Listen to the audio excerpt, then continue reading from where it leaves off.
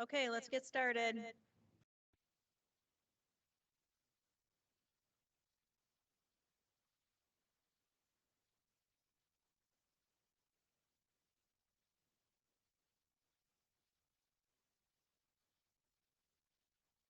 Okay, now we're going to talk about cold-related emergencies.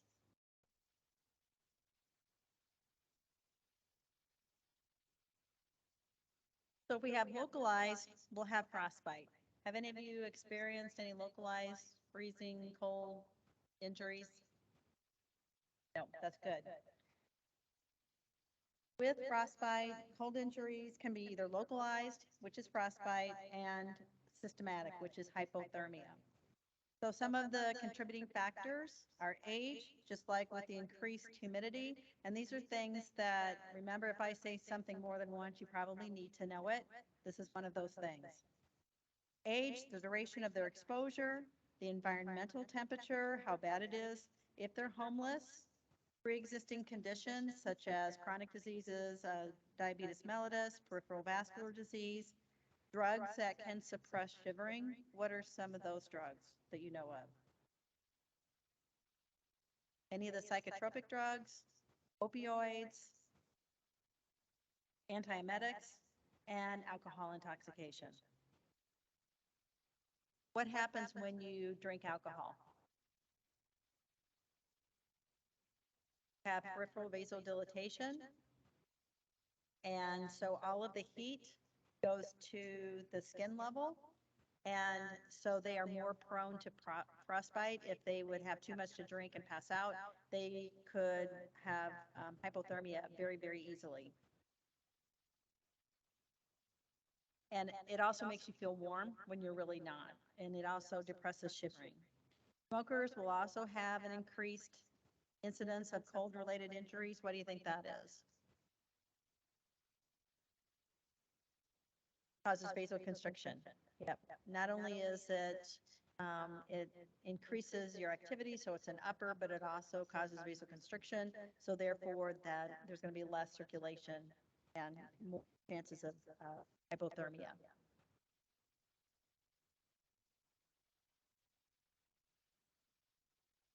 Now it's working.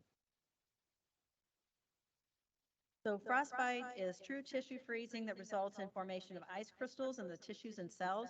So you can actually feel it underneath the skin when you are treating somebody for frostbite. That vasoconstriction is the initial response to the cold stress and results in a decrease in blood flow and vascular stasis. As their cellular temperature decreases and the ice crystals form, organelles are damaged and the cell membrane then is destroyed. So that's why they swell and they're very edematous.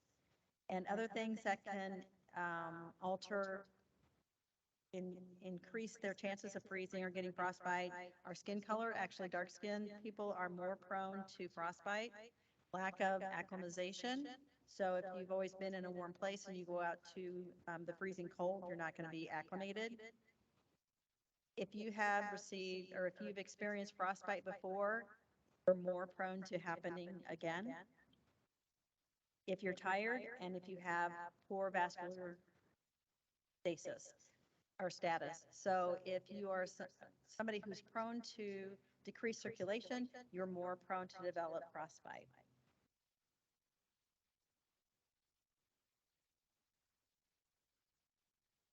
So this is edema and blister formation 24 hours after frostbite. And this, it was predominantly caused by a boot that was too tight and not proper socks in between the boot and the shoe or the foot itself. So how much do you think of that foot is going to be affected?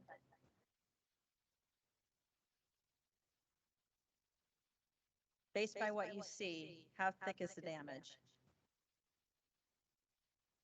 Very. So this is 6 weeks after the frostbite on the previous slide. So you have necrosis, and how far up do you think those feet are going to be amputated? Probably above the ankle.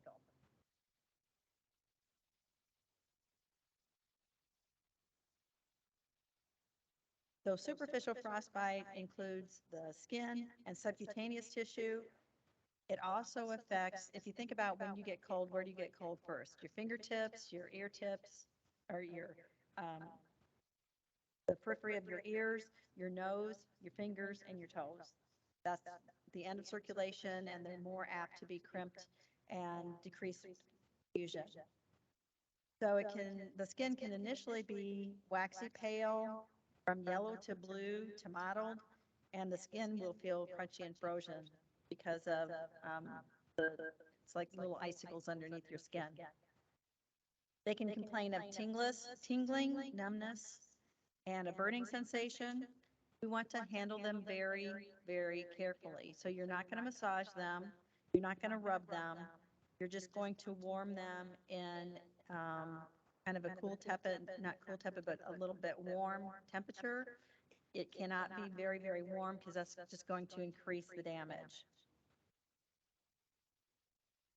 We want to remove clothing and jewelry. Why do we want to remove clothing? So that it doesn't get wet when we put them in the water, but why jewelry? Because the tissue is going to swell, and then it will be compromised more by the jewelry, and you may have to cut the jewelry off because you're not going to be able to get it off just by sliding it off. That's just basically on the tissue trauma.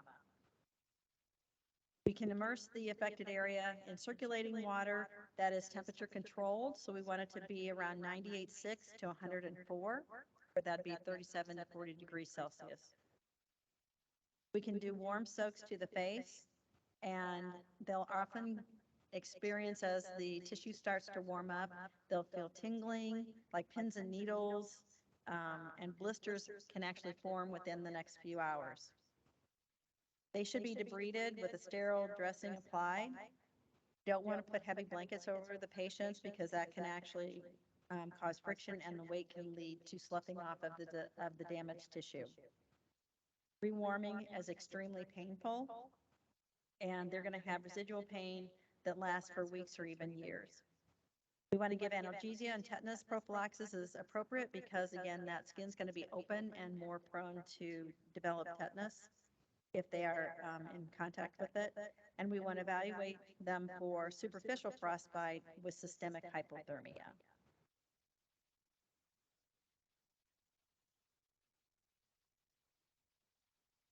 So deep frostbite involves muscle, bone, and tendons. The skin's going to be white, hard, and insensitive to touch, and modeling will basically progress onto gangrene if we don't intervene. So with them, we're going to immerse them in a temperature-controlled circulating water bath of 98.6 to 104.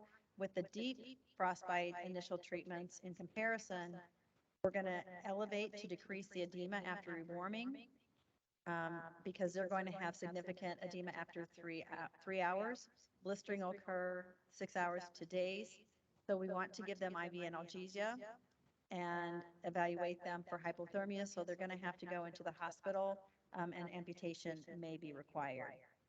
It can take as long as 90 days for the final demarcation of the necrotic tissue to occur.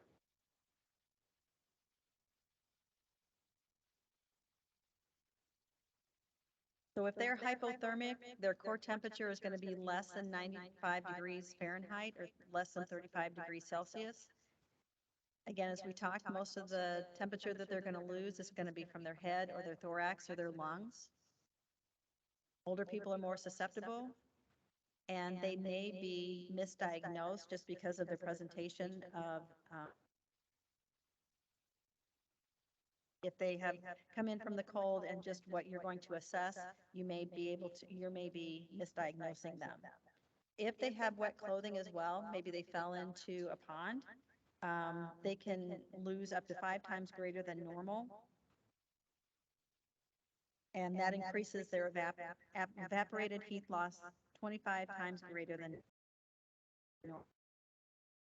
So in addition to the falling into water, or they were skating and maybe fell into the pond that they were skating on, that can drop their temperature greatly. But also if they're out in the wind and wet terrain plus physical exertion, that's going to predispose them to even further hypothermia. Hypothermia will also mimic cerebral or metabolic disturbances, causing ataxia, confusion, and withdrawal, so the patient may be misdiagnosed. What does our body do to conserve body heat? Initially, we're going to have vasoconstriction. But as the cold temperature persists, shivering and movement are the body's first ways to try to compensate for that last loss of heat. So they may present with mild hypothermia, which is at 93 to 95 degrees Fahrenheit. So they'll have the shivering and the lethargy and confusion. But as it gets worse, like with the moderate hypothermia, that temperature is going to be 89 to 93, and they're going to have rigidity, bradycardia, bradypnea. The only way that we're going to be able to get their blood pressure is through a Doppler, and they're going to have metabolic and respiratory acidosis. Everything goes into shutdown. They are probably going to be hypovolemic from lack of fluid intake, and shivering will decrease or disappear when their core temperatures are 86 and lower, or that would be 30 degrees Celsius. Severe hypothermia occurs at less than 86, and at this stage, they appear to be dead. We are not going to be able to detect their vital signs even with a Doppler. They're not going to have reflexes. Their pupils are going to be fixed and dilated, and they're going to experience bradycardia, B-fib, and then progress on to asystole. We're going to try every effort we can to warm them up to at least 86 degrees, which is 30 degrees Celsius, before they're pronounced dead. So there's a couple rules in emergency medicine. One is they're not dead till they're warm and dead, and with lightning strikes, you always first triage. So you treat the crispy critter first, because their heart has been stopped. So those are a couple of things to think about. So how are we going to treat them? We're going to manage their ABCs. We want to rewarm them. Do we want to rewarm them fast or slow? Why slow? What's that? I can't hear you. Painful, and what else? That blood is very acidotic. So then when it goes into the bloodstream, or when it goes into circulation, they're more prone to go into lethal dysrhythmias. How do we monitor their temperature? Rectally, right. What also can happen when we are doing rectal monitoring?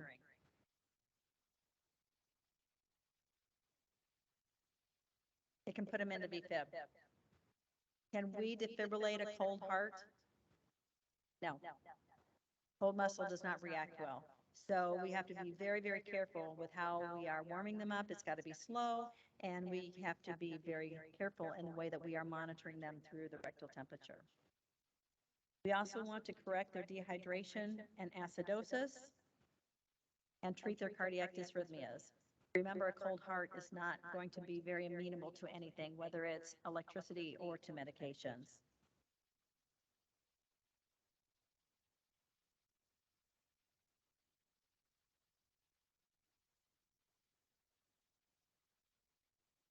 So with mild hypothermia, we can do passive external rewarming. So move them to a warm, dry place. Get that damp clothing off. Use radiant lights, warmers, anything that is slow and comfortable for them. We can also use active external surface rewarming, such as fluid or air-filled warming blankets and warm water immersion. But again, don't rub them, because that can cause actually more damage to their skin. We want to make sure that we are monitoring them closely for marked vasodilatation and hypotension that can happen during the rewarm. For moderate to severe hypothermia, we will we'll try to heat them up to 111.2 with humidified oxygen, warmed IV fluids, peritoneal lavage with warm fluids, and we can also try extracorporeal circulation with cardiopulmonary bypass, which is pretty aggressive, and rapid fluid infusion for hemodialysis.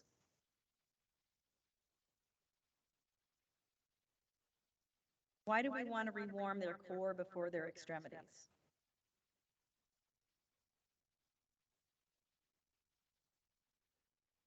Because if you think about it, what happens is with shunting and that cold blood that's in the extremities, you want the core to be warm first so that when the return of that circulation from the extremities comes in, it's more apt to actively rewarm it itself as opposed to having a lot of that acidic blood that's coming back into the core situation. It can handle it better if it's in the core than if you rewarm the extremities first. So you always want to rewarm the core first. And after drop is a further drop in core temperature as we are rewarming. And that can happen quite often when you are rewarming.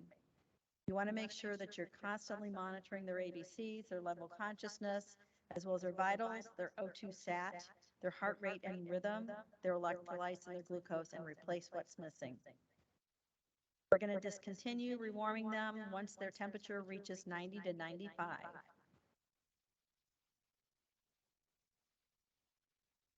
If we have a patient that is experiencing a submersion injury, they can become hypoxic due to submersion in a liquid, usually water, but it could be other things. If you had to choose of a submersion injury, do you prefer to drown in salt water or fresh water? Fresh water, okay? Why not salt water? Because when that salt goes into the lungs, it's actually going to pull fluid from the body into the lungs, and they're going to go into flash pulmonary edema. If you were drowned in fresh water, do you want it to be cold or warm? Warm? Cold. Why cold? There's actually a phenomenon called the mammalian diving reflex. Remember the kid in Michigan who was submerged for like 45 minutes and had no brain damage or damage to his body, and that was because of the mammalian diving reflex. So basically everything shuts down, and that's why he was resuscitatable. Whereas if you were in warm water, what do you think of when you think of warm water? What kinds of bodies of water? Ponds, maybe lakes. What are surrounding those ponds and lakes? Cows, pigs, animals, wildlife. What do animals do when they are not in a house? Well, they do it in a house. They do what comes natural. They defecate and urinate. So that could be in the fresh water as well as pesticides, herbicides, especially if they're farming. So you really don't want to be taking that into your lungs. Also, there could be some algae that is growing in that pond, so you would be taking that in as well. People will become hypoxic due to submersion in a liquid, usually water, could be anything. And we have quite a few events every single year as far as deaths, about 3,500 a year. Most victims are children less than 5 because they have no fear. And also boys and men between 15 and 25. I don't know that I agree with that because females are becoming more risk-taking as well. But that's just the statistics that we have from the writers of this book.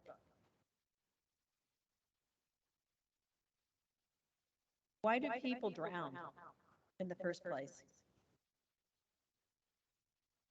They can't swim. Maybe they are boating and choose not to wear a life jacket. And if they were in an accident, they might become unconscious due to a strike to the head.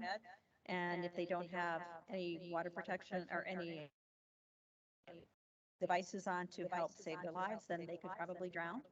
They could have a seizure. They could have a stroke or an MI.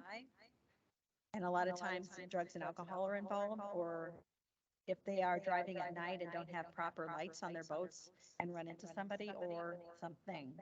So those are some of the reasons why people do drown. Aggressive resuscitation in pre-hospital phase will definitely improve the chances of survival.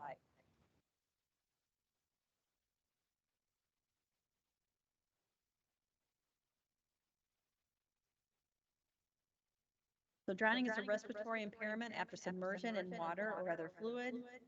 And again, when people die, they die of asphyxiation due to laryngospasm. It's not due to the liquid in their lungs. If they do aspirate, they can develop pulmonary edema, especially depending on what they're aspirating, which then can lead to ARDS, acute respiratory distress syndrome. So if you look at the pathophysiology of a submersion injury, both of them start with either saltwater or freshwater aspiration, but it ends in acute respiratory distress syndrome if that fluid does go into their lungs, because whatever fluid goes into their lungs is going to wash out their surfactant, which is then going to cause the alveoli to collapse, and so there's going to be no diffusion of the gases, oxygen and CO2.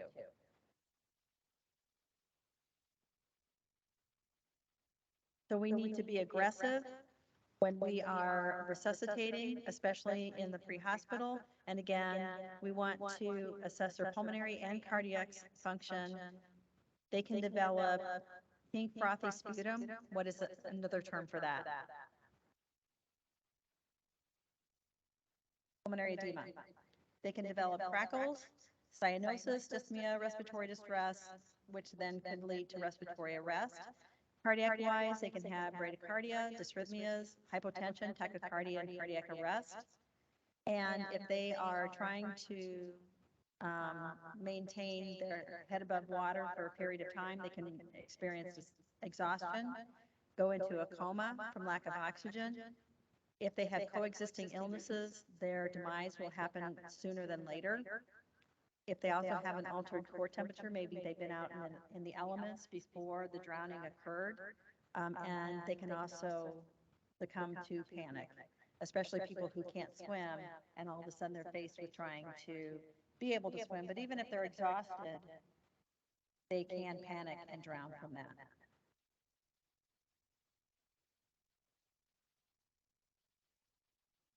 So what are we going to do? We want to treat the hypoxia, correct their acid, base, and fluid imbalances, support their physiologic function. So we may need to do CPR, rewarm them slowly if they have developed hypothermia because they're in cold water. But always remember to do your ABCs: airway, breathing, circulation, maintain cervical spine, and reevaluate that over and over as you're resuscitating.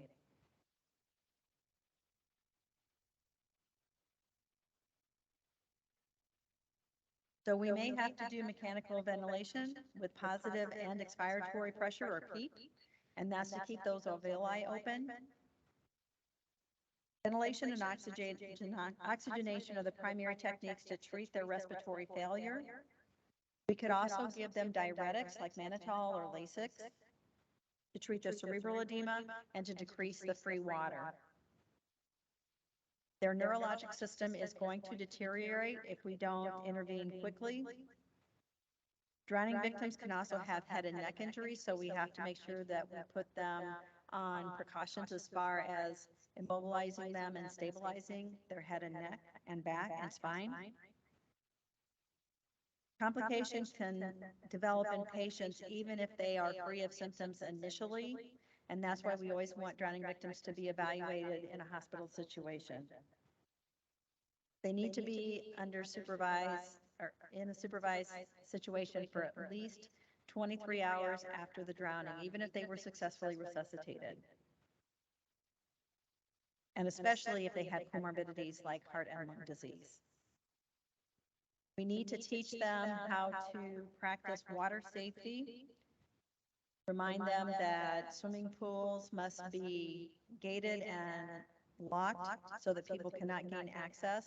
You should never swim by yourself. You should have somebody there who, even if they're not in the water with you, at least to watch you to make sure that you are okay. Life jackets if you're on a boat, and that includes inner tubes and rafts. And in some institute, or on some bodies of water, they will make you do additional safety practices, like when we were water skiing, we always had to wear a white hat so that if we went down, people in other boats could see us and wouldn't run over you.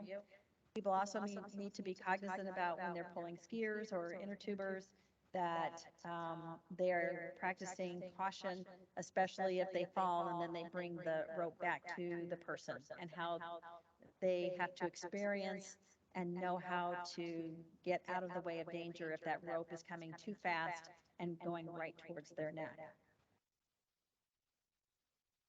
If we are evaluating the EDCs and we know that they need ventilation and oxygenation, we need to be very aggressive with that, because they can deteriorate due to cerebral edema, worsening hypoxia, and profound acidosis.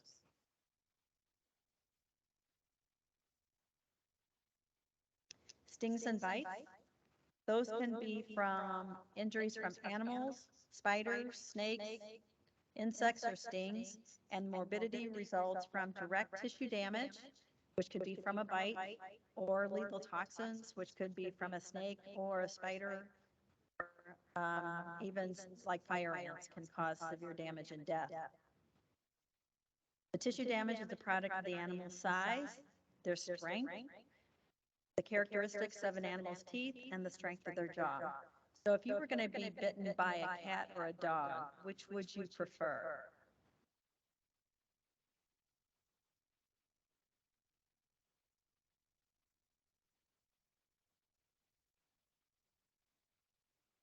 No thoughts? Why? They're smaller, but they have more, their teeth are sharper, so they're going to go deeper. So if you get bitten by a cat, you need to really go into the hospital, because you're going to need some type of prophylaxis to take care of it. But it changes when.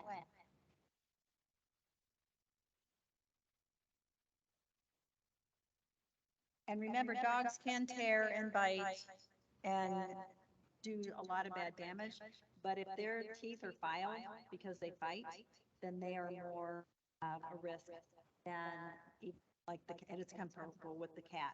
Although cats usually are not big enough unless it's a wild animal to tear you apart. But those are some things you need to think about. We also need to think about what is happening with the individual. Is their skin being lacerated, crushed, chewed? Because teeth, fangs, stingers, and spines and tentacles can also release toxins. What's a type of animal that when you're swimming, you should be very careful and avoid them if at all possible? And they live in salt water. Oh, yeah. But you can usually see sharks. Jellyfish. Yeah. Have any of you ever been stung by jellyfish? What's it feel like? What's that? Like spines or tingling? What was the treatment?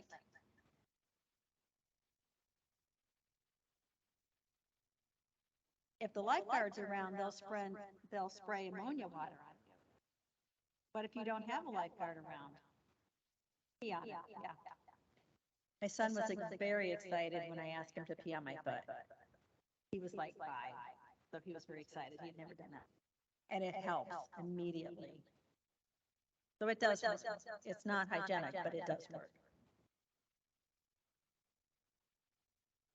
So not only do we have to worry about animals that are not necessarily, they will coexist with us, but we have to be careful about the types of animals and how we can defray from them. For example, what lives in dark spaces, basements or closets?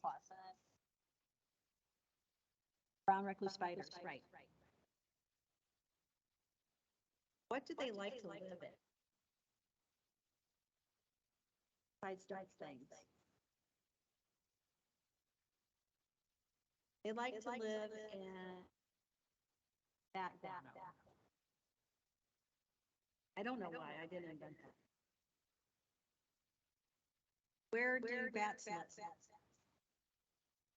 Houses, attics, maybe basements. They're in the attic. So that's where the spiders are too. Make sure before, if you're storing any clothing, before you put it on, take it out a little bit, make sure that you're not putting your foot into a boot. The best spider is a dead spider. And I find my best killing tool is the vacuum. Then I take the bag out.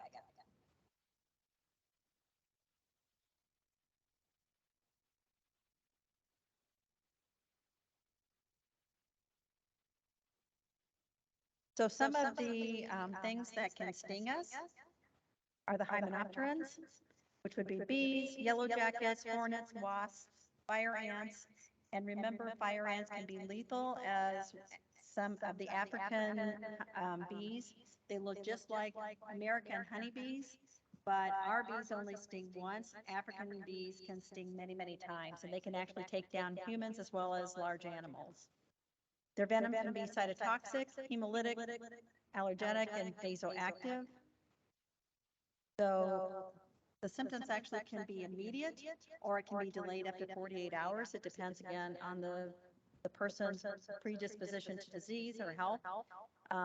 And they're more severe with multiple stings.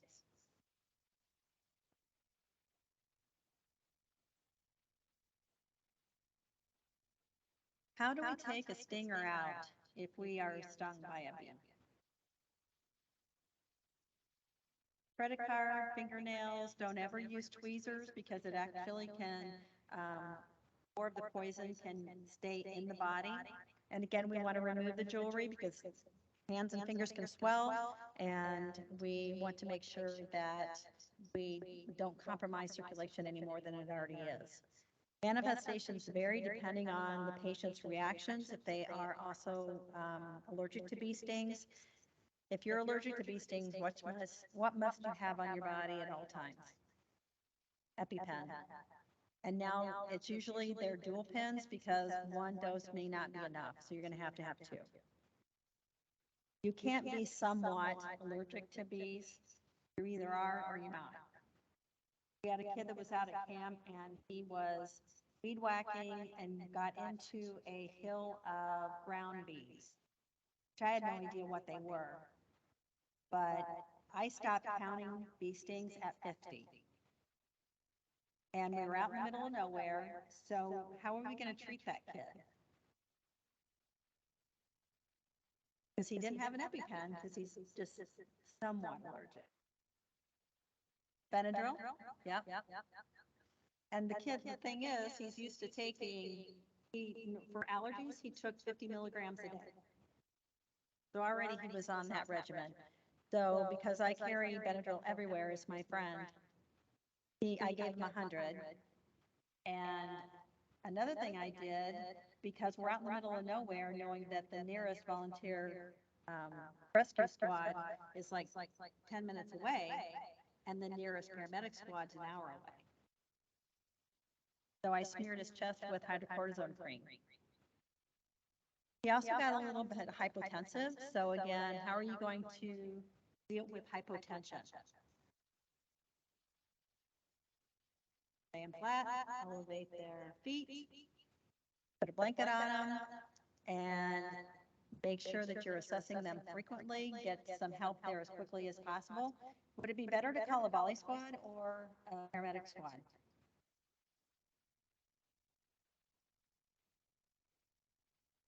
What would you do?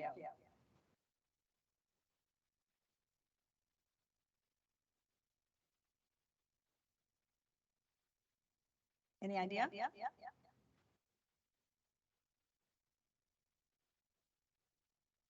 What would be the positives of calling a volley squad? Volunteer. It may take a little bit of time for them to get there because they have to be activated, especially if they are not in the place where the ambulance is. But if you can get them there in 10 minutes, then they can call for an intercept, and then you don't have to worry about trying to treat this kid. So that's what we did. It was called the Volley Squad. They called an intercept. But when they got the kid to the hospital, which I gave them a B, and I gave him a written out report of what we had done for him, the mom called me after everything was said and done and said they didn't know anything about what had happened. She called me to find out what had happened. So it's a good thing he went home with an EpiPen. And now he knows he's allergic to bee stings. Treatments depend on the severity of the reaction. So EpiPen is your first friend. You want to get that as quickly as possible. If they're swollen, elevate their extremities. You can put cold compresses on them, antipyretic lotions, oral antihistamines, more severe epi and corticosteroids, which they would have given that to him at the hospital.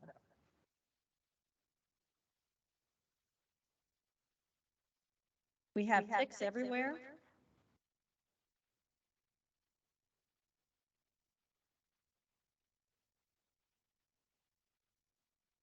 They're in the northwestern regions, Rocky Mountains, northeastern regions, but we can find them anywhere in the U.S. Just be really careful if you're in woods that you inspect your body parts frequently. Wear a hat, wear clothing so that they can be deferred, but they can burrow and they can find places to get in.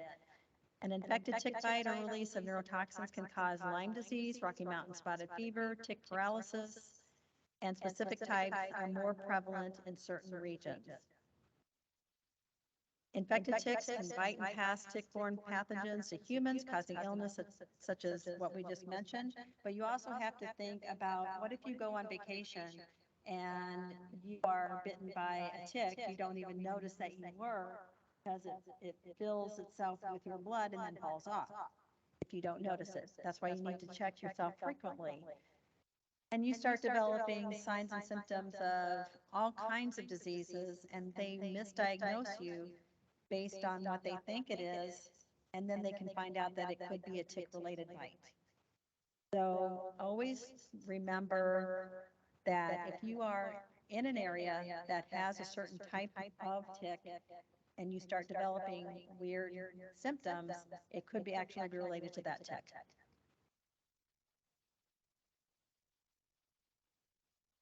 Because ticks can not only not cause any problems, but they can also cause rashes, fevers, tularemia, a lot of different instances that you had not really bargained for when you were going on vacation.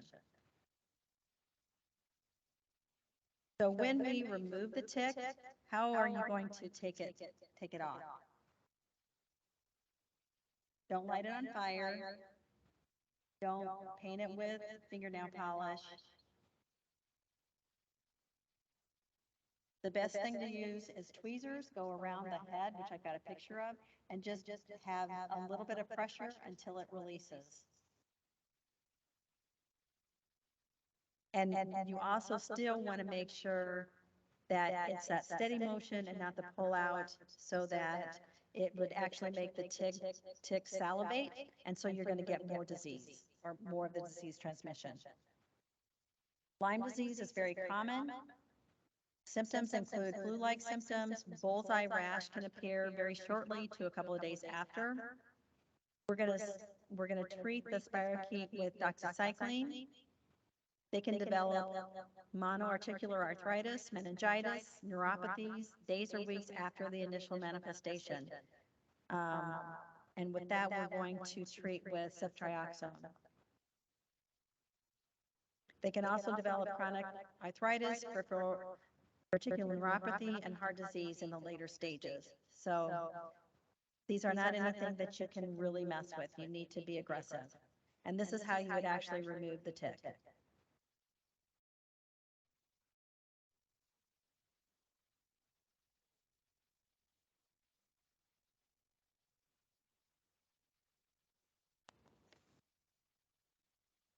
The Rocky Mountain spotted fever is caused by a bacterium. It has a 2 to 14-day incubation period. They can develop a pink macular rash that appears on the extremities within 10 days of exposure.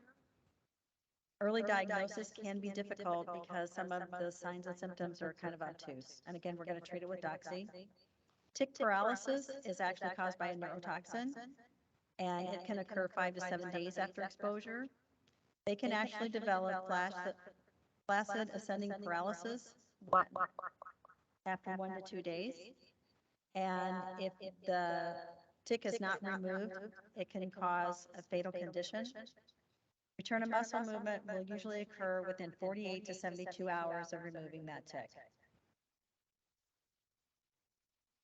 I'm not really concerned as far as you knowing the different types of ticks and what the treatments are, just so that you know that if you are in a tick-infested area, that you need to take precautions to make sure you search your body to make sure you don't have any ticks on it, and to wear protective clothing so that the ticks will not be able to get to your body. What do you think about human bites? Are they dangerous? They are very dangerous. They can cause amputation.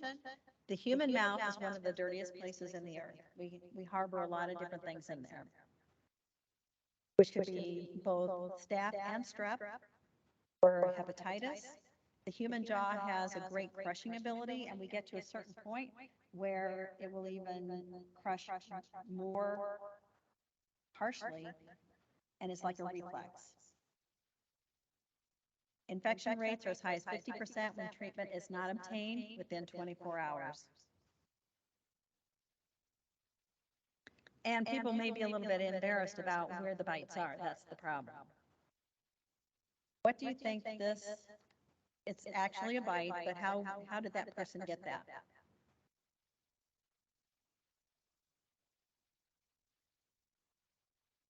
This individual punched somebody else in the mouth, and where those indentations are actually teeth.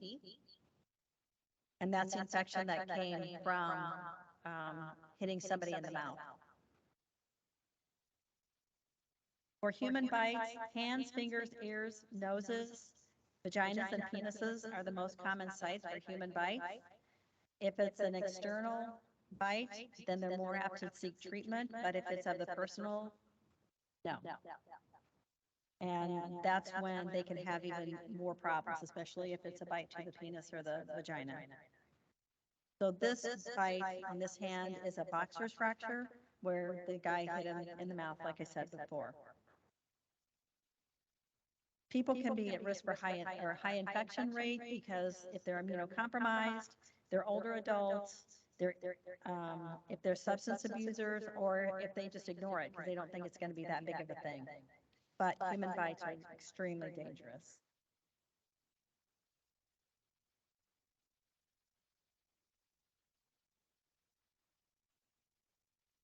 So the initial treatment is going to be to clean that area with copious irrigation, debride it, tetanus if they are not up to date, and analgesics, prophylactic antibiotics for bites at risk for infection. Wounds over joints, we need to be aggressive and make sure we're cleaning those. They are usually not sutured, they are splinted and maybe steri-stripped. They're more prone to have infection if the wounds are more than 6 to 12 hours old, and usually nobody will suture them if they're that old, and especially if they weren't cleaned appropriately. Puncture wounds are also dangerous because they go so deep and you don't know how deep they went. That's why cat bites are dangerous. And then bites on the hand and the foot, because we use our hands and feet for so many things. So puncture wounds are left open, they're just cleaned copiously. Wounds over joints are splinted. Lacerations are loosely sutured, but they still are going to get antibiotics when an infection occurs, because they can get cellulitis, osteomyelitis, and septic arthritis. It depends on your county, what happens to the animals after they bite. In some counties, if the dog or the cat are not vaccinated, they'll put them down immediately. In others, it just depends on what that county's rules are, but it is reportable. When they come to the emergency department, we have to report all bites.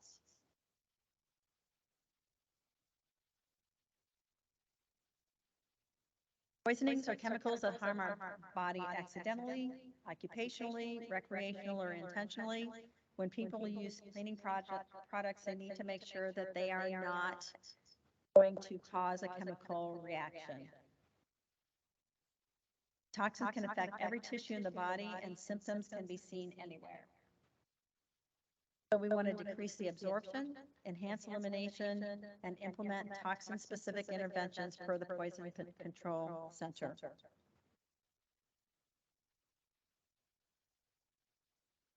What do we use activated charcoal for?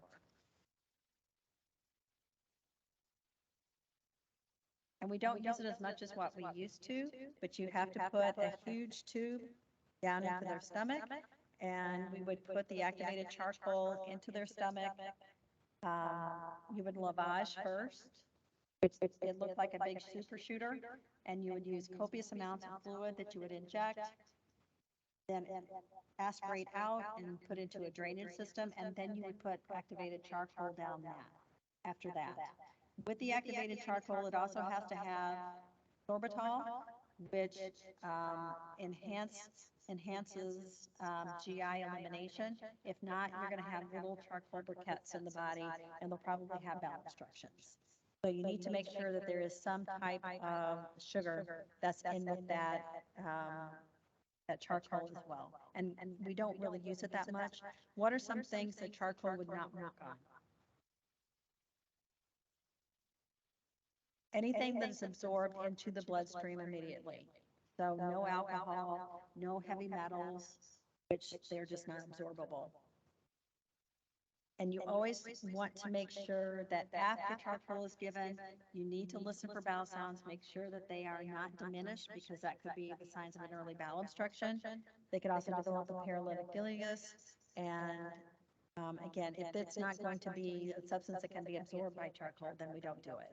And I haven't done it for a very, very long time.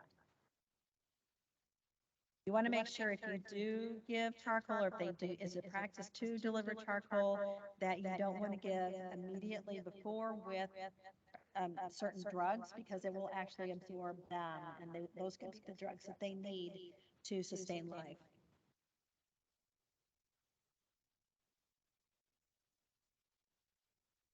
So if we're going to do dermal cleansing or eye irrigation, you actually will just continually irrigate the eyes. It looks like a little contact lens that is connected to a bag of saline, and you'll just continually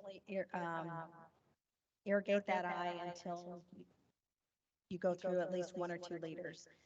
You want to remove the toxins from the skin and the eyes using copious amounts of water or saline.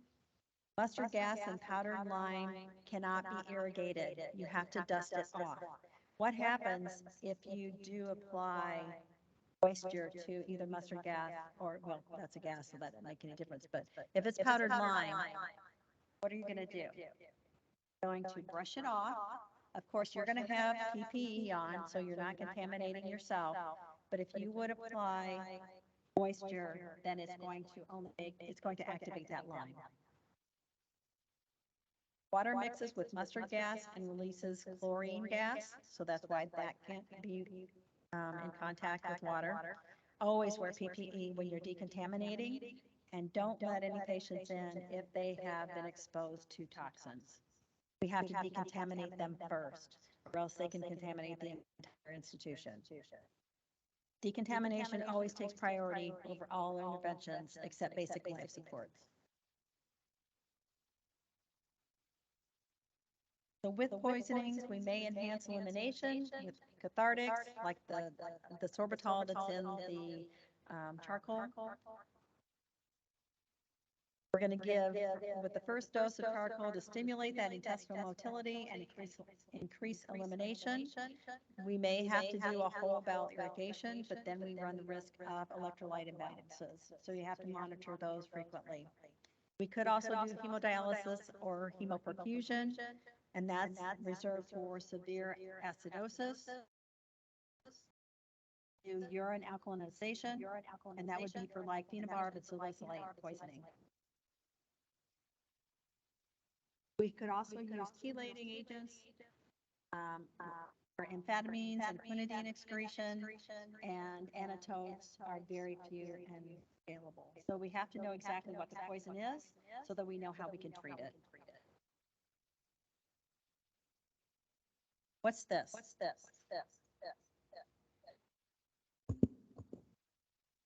That's an MSDS card, and all of our chemicals that we use in the hospital have to have an MSDS card. How to contaminate, how to eliminate, get away from it. And we need this for all of our poison. Where are the MSDS cards?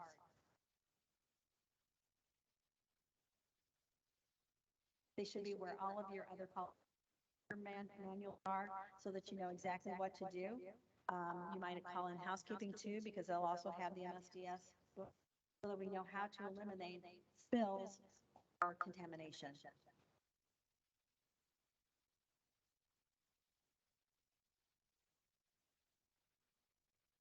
So terrorism.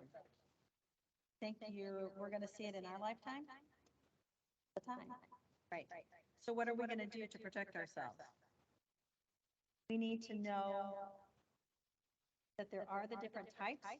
There's biologic agents, chemical agents, radiologic and nuclear explosive devices.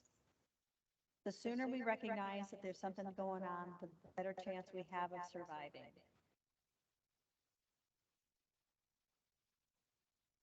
So terrorism it involves overt actions such as dispensing of nuclear, biologic, chemical agents, and weapons with the purpose of causing harm. That's why we need to determine sooner than later. Prompt recognition and identification is what's going to help us survive and help all the other people that we're dealing with. So some of the poisons that we can experience could be anthrax, plague, and tularemia. It's treated with antibiotics, assuming sufficient supplies and non-resistant organisms are occurring. Smallpox can be prevented or ameliorated by vaccination, even when it's given after the exposure. And botulism is treated with antitoxin, but it also depends on how soon after the poisoning has occurred. And it can occur naturally. There was a restaurant in Peoria that was closed down probably a really long time ago because they had onions that had botulism. And the people didn't die, but they were on ventilators for a long, long time. The person who survived the best from eating it was because she induced vomiting, because she wasn't feeling good and she induced vomiting on herself. And she was an elderly person, so she was lucky.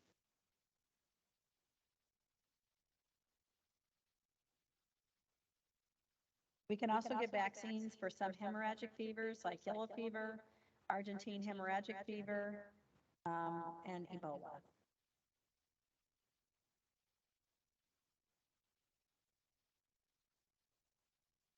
So do you guys all have access to the Healy, and it's a public health book, the little one? Yes, no, maybe? Because there are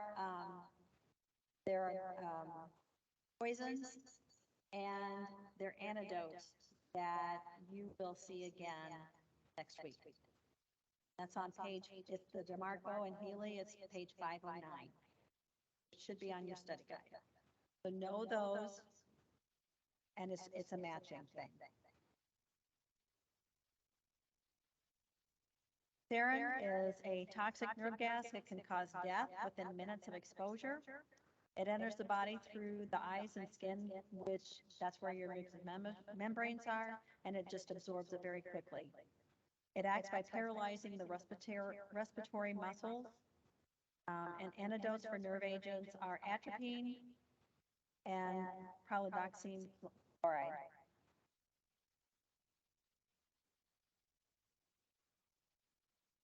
With nerve agent poisonings, we can use the atropine for the atropine and the 2-PAM fluoride, which is the pralidoxine fluoride. Multiple doses may be needed to reverse the effects of the nerve agents. So that's why we have to continuously assess them and ensure that they are improving and that they don't relapse.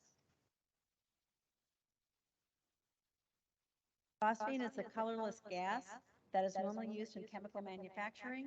If we inhale it at high concentrations for a long enough period of time, it can cause respiratory distress, pulmonary edema, and death. Mustard gas is yellow to brown in color, and it has a garlic-like odor. It irritates the eyes and causes skin burns and blisters. So protocols to treat patients of chemical exposure vary and relate to the specific agent. So we have to know specifically what it is so we know how to treat it. People can also experience radiologic dispersal devices or dirty bombs, and that's a mixture of explosive and radioactive materials. When they're detonated, blasts will occur, radioactive dust, smoke, and other materials into the environment, resulting in a radioactive contamination. So with dirty bombs, patients can have reactions to what is in the dirty bomb. They can also, because of the explosion, they could be thrown. When they land, then that could be an injury to them, and then it could be a tertiary damage if it is because of the blast and other things have blown up and then will hit them afterward. So patients have a lot of different things to deal with because of bombs and what they contain. Why is radiation so dangerous, besides what we just talked about?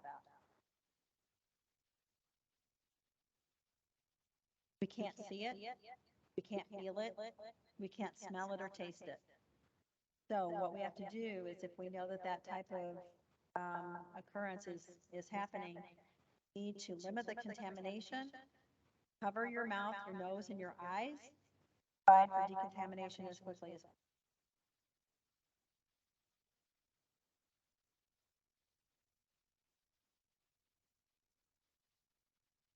So what are some of the agents of terrorism that we may experience? Ionizing radiation, such as a nuclear bomb or damage to a nuclear reactor, which we have some around in our area, represents a serious threat to the safety of victims and the environment. Exposure to ionizing radiation may or may not include skin contamination, as well as the radioactive materials that they are made of.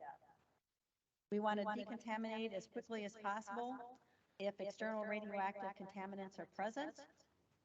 Acute radiation syndrome develops after substantial exposure to ionizing radiation and follows a predictable pattern.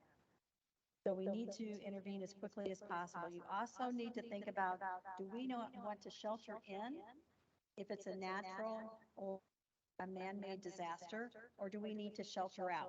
What would be a reason why you would shelter?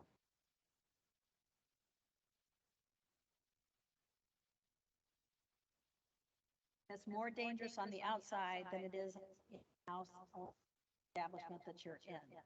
When would it be, what would be an example of sheltering out? Getting out of the house, getting out of the building. Earthquake, okay, what else? Fire, gas leak, anything that the poisons are in the house and you need to get out of it. So please understand the difference between sheltering in and the needs for sheltering out.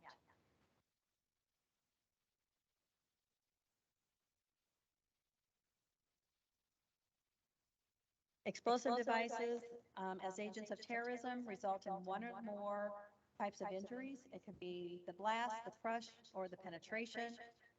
Blast injuries from supersonic overpressurization shock results from an explosion. It could damage the lungs, your ear, the middle ear, as well as your GI tract. Anything that has air in it, basically.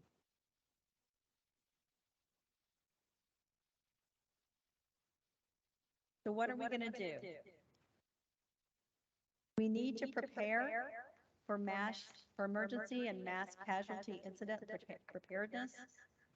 The emergency is any extraordinary event that requires a rapid managed by a community's existing resources. What do we have in our area?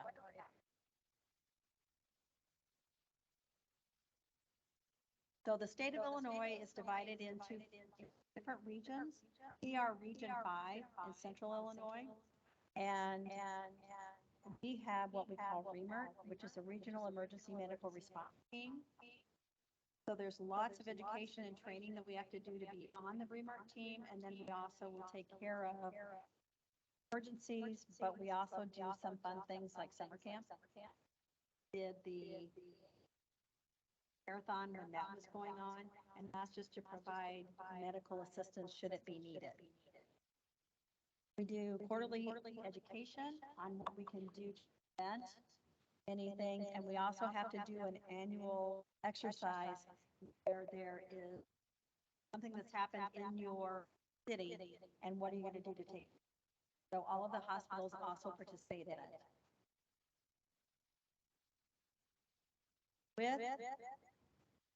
Like we are the pod hospital. Francis is the pod hospital for Region 5. So what do we do to make sure that everybody is prepared should a natural or a man-made disaster occur?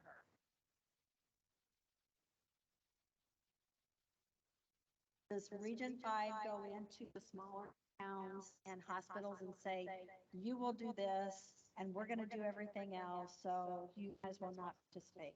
No, we give them the supplies, we give them support, we give them education, so that they can be functional as a rescue event, a rescue team. We may help them if they need it, if they're overrun, but all the supplies that we have for Region 5 are actually held out at the Peoria Airport.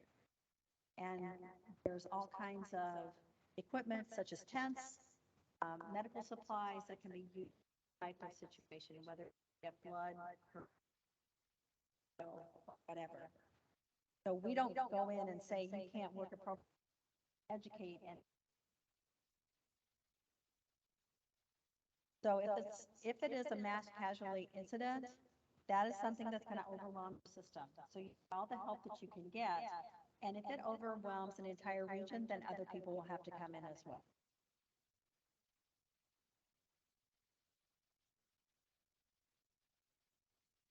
The American Red Cross will usually come in for disasters, and all of their individuals are trained to deal with physical and psychological problems. But the big thing is that everybody stays prepared. When an emergency or an MCI occurs, first responders, like the police and the emergency medical personnel, are sent to the scene and triage of victims in emergency or an MCI differs from usual triage that enter the ED. With triage, that's when we're going to use the START or the Jump Start algorithm, which is in module 14.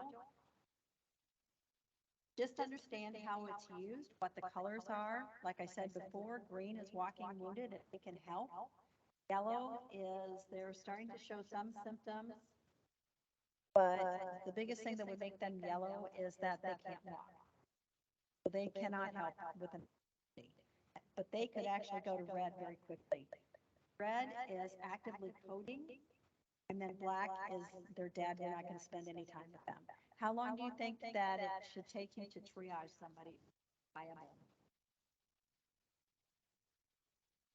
About 10 to 15 seconds. The Jump Start is a pediatric chart, which is a little bit different. It's good that you should know it. You're not going to be tested on it because this is an adult course.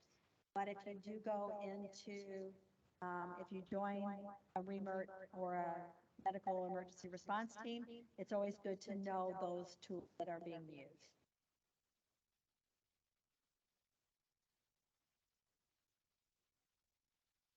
So that kind of reiterates what we just talked about, the colors. Again, blue is somebody that is nearly dead. We don't use that in our system, but some people do.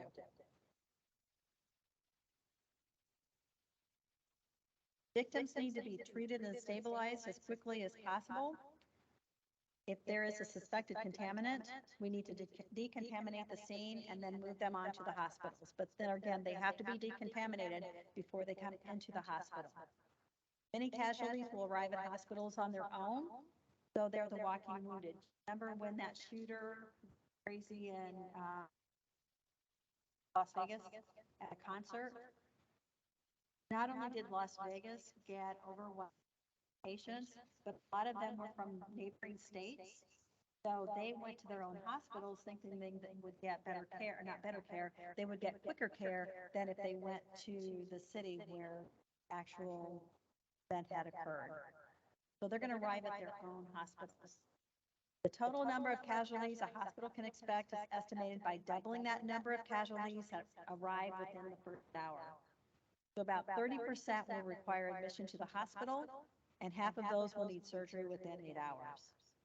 So those are things we have to anticipate, and that's why we do the citywide field trainings, so that even hospitals who may not have the capability to take care of the sicker patients, we can at least stabilize them until they can get moved to higher care.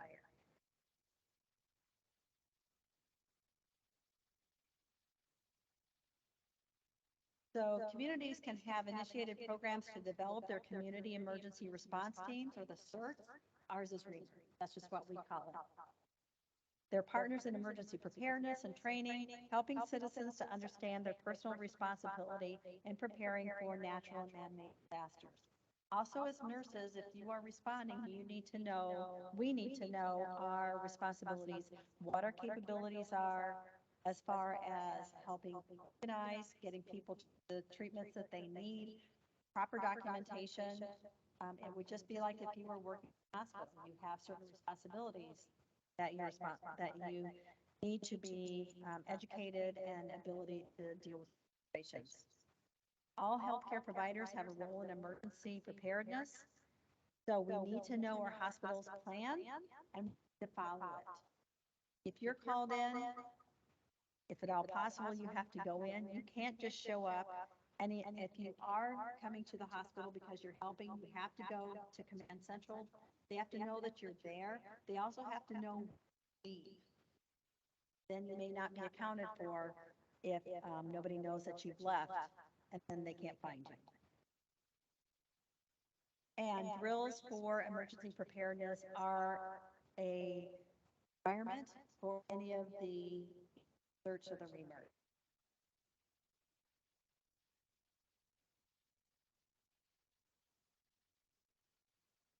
In addition to the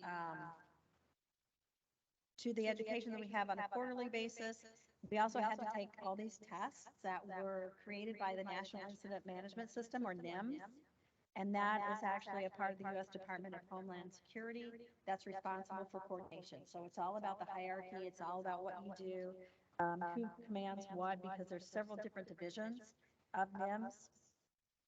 We can also have DMATs, which are disaster medical systems that organize and train volunteers, and is categorized according to the ability to respond to that mass casualty incident. Critical stress, debriefment, and management are mandatory, because you never know how that's going to affect you.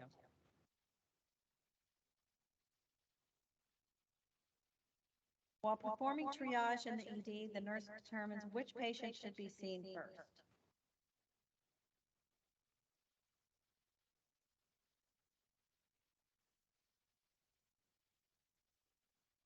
A? B. Good. The triage system identifies and categorizes patients so that the most critical are treated first. The ESI, or the Emergency Severity Index, is a 5-level triage system that incorporates concepts of illnesses, severity, and resource utilization to determine who should be treated first. So you, as a nurse, would assess the patient for any threats, the life or presence of a high-risk situation, and the patient with diabetic ketoacidosis is definitely most critical.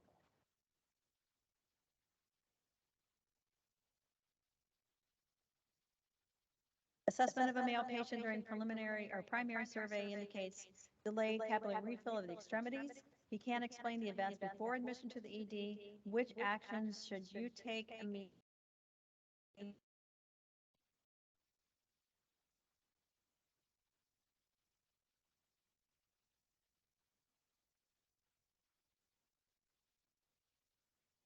D.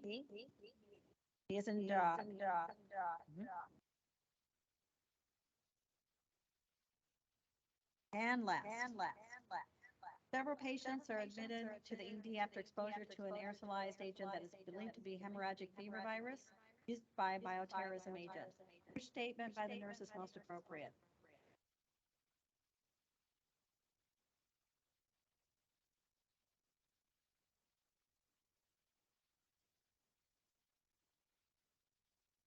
A. Only supportive treatment is available for hemorrhagic fever.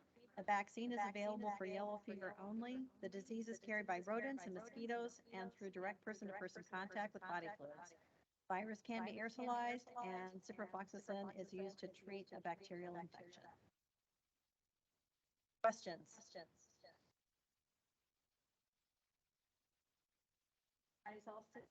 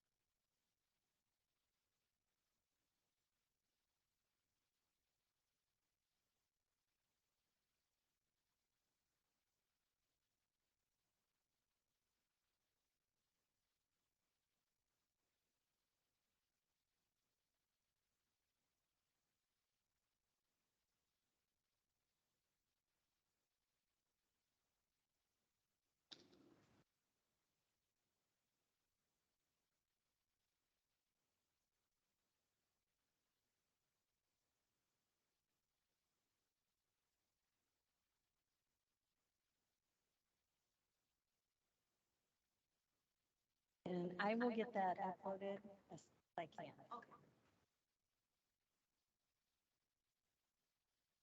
Okay. And if you have any questions, don't hesitate to ask. Okay, you're welcome.